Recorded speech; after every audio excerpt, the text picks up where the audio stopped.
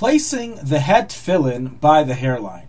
So if you notice in shul by Shachris, many people wear their head tefillin in very different positions, but all generally try to keep it in the middle and near the hairline. The question is asked, how important is it for the tefillin to be by the hairline? Can it edge a little below the hairline? Must one be careful that the entire tefillin be above the hairline? And is there a reason to be particular that the tefillin should be exactly by the hairline?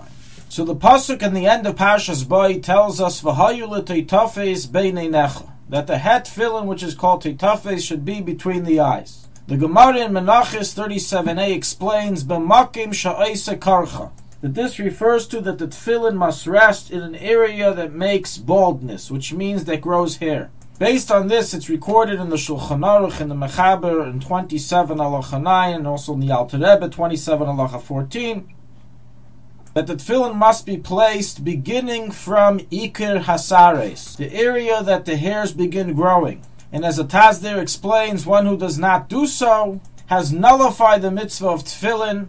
If he's an Ashkenazi and says a bracha on the Shalreish, he's saying a bracha levatala. And as the Mishnah Berurah, it's as if he left tefillin inside of his pocket and has never fulfilled the mitzvah before of the head tefillin. Has to be exactly b'makom karcha, in the area that grows hair. Now, while the Mechaber does not make it clear if the entire tefillin must be in the area that grows hair, or majority is enough, or maybe the area of the titura can go below the hairline, the other achreinim do make this matter clear, and as the Taz writes, the entire tefillin must be above the hairline, on an area that grows hair. And as the Alter Rebbe records in the Shulchan Aruch 27:15, tzarich liyas kol hatfillin b'makom sheisa karcha. The entire tefillin must be there, and he goes on and says, "D'hainu shektsei atachtun shel hatituri yenamunach al mokom atcholas yikarei sar b'mitzchay." Clearly negating any other interpretation of this halacha, says the Alter Rebbe in his added words to that of the Mechaber, that even the end of the titura, which is not part of the actual bias, tzitza, must be in the area of the hair, above the hairline, and thus, in short, the entire tefillin, every single part of it must be above the hairline. And if even part of it is below the hairline, the achreinim explain, as we mentioned, he does not fulfill the mitzvah. The Taz says that being that many people stumble on this and they make a mistake in where to put the tefillin, they are therefore to be reminded in a friendly manner that they are wearing their tefillin in an invalid method, and they have to place it above the hairline. So writes the Yefei Lev Shevet Tamus and Seilas Blula, that every person should take responsibility for his friends and neighbors where he davens to make sure that their tefillin is resting the proper space and that no part of it is resting below the hairline. Likewise with oneself, if one feels during davening that it falls below the hairline, even partially, he should immediately replace it.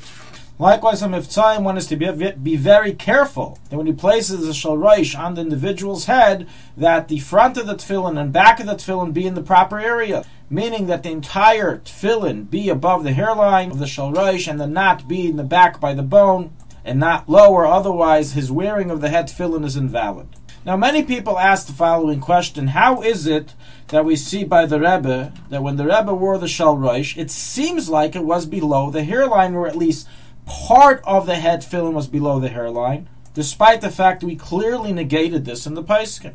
So before we give the various traditions of how the Rebbe related to this question, let's first analyze whether there are any other opinions that exist regarding the area of the positioning of the tefillin by the hairline, or is it so clear as we said? So in truth, while the Paiskim we mentioned do hold of the opinion that the entire tefillin must be above the hairline, there are Paiskim who argue. Some Paiskim rule that only the ktsitza, which means the actual bias, must be above the hairline, but the area of the titura, which surrounds the ktsitza, does not have to be by the hairline. So is one way of understanding the Taz brought in Beis Yaakov. So rules the Gan HaMelech, Oilas Tom, implication of El Yerabah, and the Das Keteshim 27. Furthermore, we find some Paiskim will rule that if the majority of the tefillin is above the hairline, it is valid. So rules the Birchas Habayis 38:18, Varya Yeshua 4:11, that so was the custom of some tzaddikim, so was the initial approach of the Eish Lavram Buchach 27, and so was the custom of some tzaddikim, as we mentioned, such as the Belzer Rav, Baron of Belz. So was the Rebbe's Hanhaga following these lenient opinions? And is it something that a person can rely upon? Very unlikely. As the vast majority of poskim all rule like the previous approach that the entire tefillin must be by the hairline, so rules clearly the Alter Rebbe. The Taz, according to many understandings, the Beis Yaakov, the Divrei Yosef, Yad Aaron, Solas Blula, Shalmei Tzibur, Birkei Yosef, Siddur Beis Ova, the Maimar Mordechai, the Pri Megadim, the Sharei Tshuva, the Kids Shulchanaruch, the Mishnah Berurah, the Kaf HaChaim, the Divrei Chaim, the Kutei Marich, Ois Chaim V'Shalim, of the Munkatcher, who, as we know, the Rebbe was very close with in terms of holding of him philosophically and of his rulings. He screamed against those who are lenient and place the tefillin below the hairline, saying that those tzaddikim who do so have never put on tefillin in their days and are causing the public to stumble, and they carry an aveira in their hands. And the fact that their great Talmidei Chachamim won't help them. So writes the Munkatcher, Nois Chaim V'Shalim.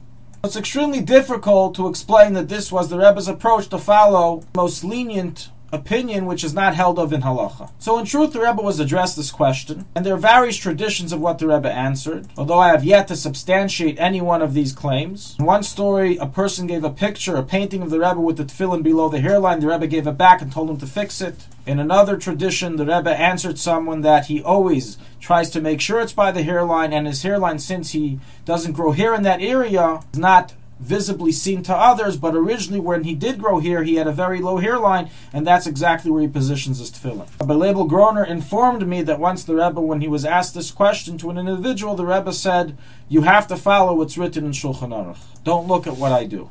In any event, it's clear, Chassidim must follow the clear halacha, and the tefillin must be, the entire tefillin, above the hairline, and one should make sure to mention this matter to others, so they fulfill the mitzvah of the tefillin shel reish. In future halachas, we will discuss further details regarding this matter. Everyone's welcome to look at the article for a fascinating story that I heard in the name of the Belzer Rav regarding his minhag to wear the tefillin below the hairline.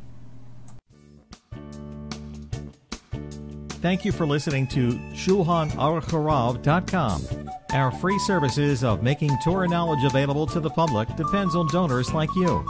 Please help us continue our work through making even a small contribution at www.shulchanaruchharav.com under the Daily Halacha Dedication section or in the subscription page.